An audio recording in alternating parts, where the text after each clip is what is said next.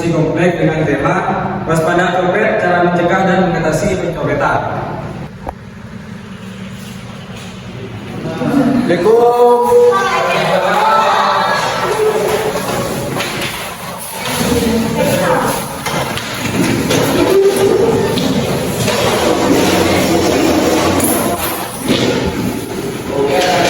Hari ini kita akan belajar cara mencegah dan mengatasi pencopetan.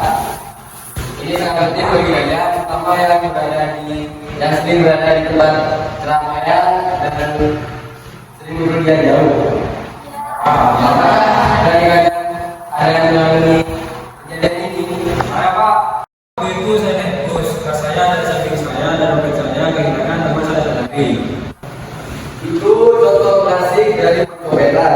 Oleh karena itu, kita harus lebih waspada. Copet biasanya sering memanfaatkan dengan korban. Sekarang saya akan menjelaskan beberapa cara untuk mencegah pencopetan. Ada beberapa hal yang bisa kita lakukan agar menghindari pencopetan. Coba kalian perhatikan dan perhatikan baik-baik. Simpan barang berharga di tempat yang aman. Jangan pernah menyimpan dompet atau ponsel di saku belakang. Sebaiknya gunakan tas yang memiliki resleting dan posisikan di depan tubuh. Jangan mudah teralihkan. Copet seringkali bekerja dengan cara mengalihkan perhatian. Misalnya, ada yang pura-pura bertanya arah atau menjatuhkan sesuatu agar kalian dengar. Hindari menggunakan barang mencolok di tempat keramaian.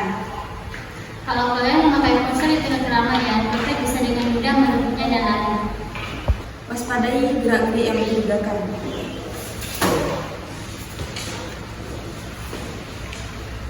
Jika ada orang yang berdiri terlalu dekat dan lainnya bergerak aneh, segera waspada.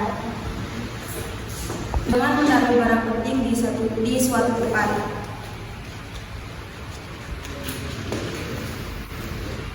Sebar uang atau barang berharga kalian di beberapa tempat, jangan hanya di satu dompet. Pak, kalau kita terlanjur pencopetan harus bagaimana? Pertanyaan bagus Dimas. Jika kalian sadar bahwa barang-barang kalian telah hilang, segera lakukan ini. 1. Berteriak minta tolong. Misalnya seperti copet, copet, agar orang-orang di sekitar kita membantu menangkap pelakunya. 2. Laporkan petugas keamanan. Kalau di tempat umum seperti stasiun atau mall, segera cari petugas keamanan. 3. Blokir kartu ATM atau data penting. Jika dompet yang hilang berisi ATM atau dokumen penting, segera hubungi bank untuk memblokir. 4. Ingat ciri-ciri pelaku. Usahakan ingat wajah, pakaian, atau ciri khas pelaku untuk memudahkan pencarian.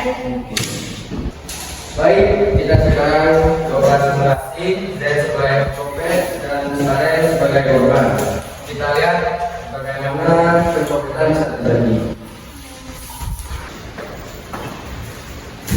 Mas, boleh Bang tanya Mas? Ya, Mas?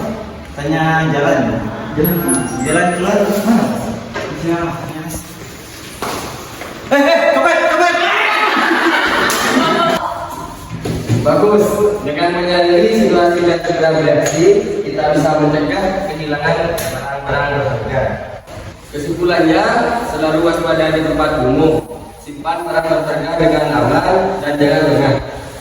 Semakin kita berhati-hati, semakin kecil kemungkinan kita menjadi korban copet. Ya Pak, saya menjadi lebih paham Pak. Lain kali saya tidak akan meletakkan dompet saya di tempat yang mudah diambil. Saya juga akan lebih waspada kalau ada orang asing yang tinggal dekat. Bagus, sekarang kalian semua lebih siap menghadapi situasi seperti ini. Ingat, keselamatan dan keamanan adalah tanggung jawab kita sendiri. Karena pelajaran PKN pada hari ini sudah selesai, Bapak tutup.